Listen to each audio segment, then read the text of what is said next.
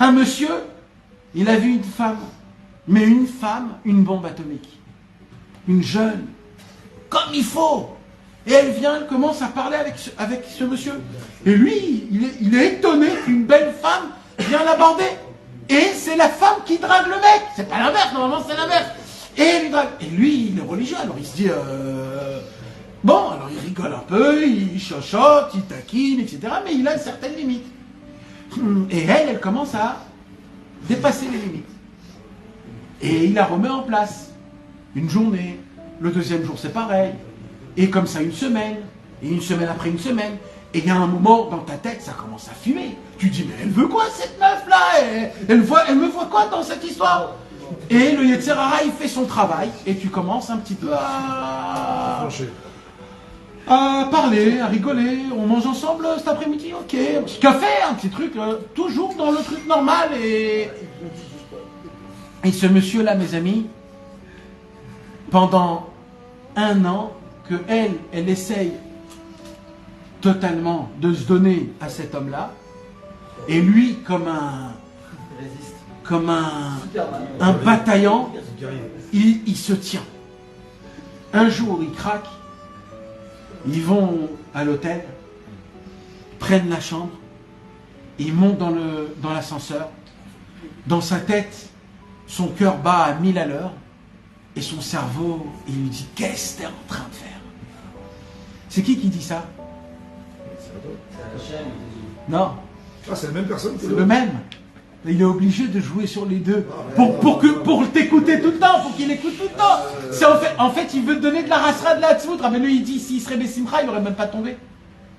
Donc il te met encore plus dans la hatzvout, dans la tristesse, pour que tu tombes.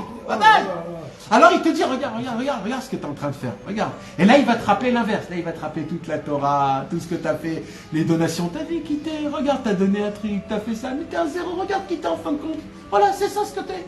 Accepte-le. En fait, c'est comme si je m'enlève. Ah ben oui, en fait, il a raison.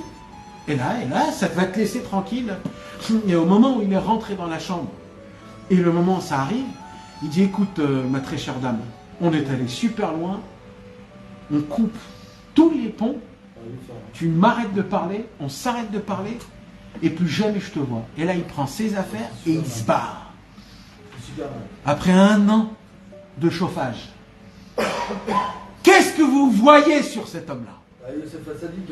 Yosef Hatzadik? Moi, je vais dire pas Yosef Hatzadik. Moi, je te dis, c'est tous les tzadikim de toutes les générations qui se prosternent devant lui. La puissance, le tonnerre qu'il fait dans le ciel. Il fait honte à tous les tzadikim qu'il y a. Personne ne peut broncher, aucun ange peut lever sa tête devant lui. Bon, ça ressemble à... Même Dieu, il lui dit, Chassid Kadosh. Il vient, Rabbeinu Kadosh, et il nous apprend un homme qui prend en considération une journée d'Avodat Hashem et qui s'y met à fond parce qu'il ne regarde pas ni le passé ni le futur, ou alors 1 heure dans sa journée qui se conduit comme un juif. Il dira, mais nous c'est encore plus haut. Et il dira, mais nous si c'est encore plus haut, faites-vous des journées comme ça. N'attendez pas qu'une seule journée.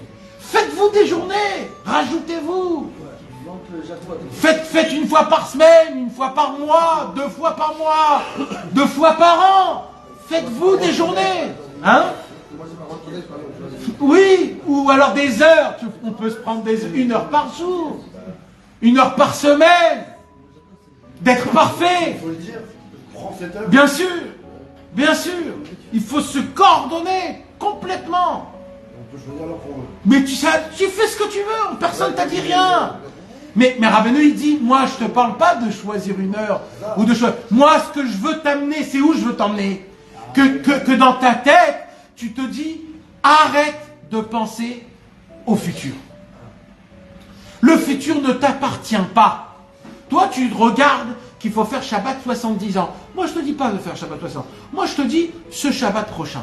Shabbat d'après, on verra. Peut-être 7 semaines après, 7 jours. On verra, on reparlera. On reparlera pour l'autre semaine.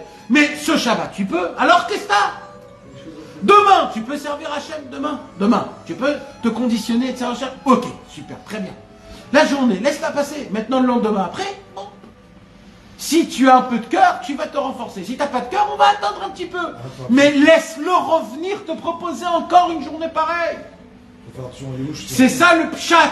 Shuv yom echad lifnei mitatra. C'est quoi le concept? Il dit Rabbeinu, quand vous prenez sur vous quelque chose, quand vous voulez arrêter une addiction, quand vous voudrez rajouter quelque chose dans votre vie, surtout ne prenez pas sur vous sur un temps spécial. Prenez que le jour aujourd'hui. Tu veux arrêter de fumer? Arrête aujourd'hui. Demain, fume. Fume demain. Aujourd'hui, arrête. Tu veux faire un régime?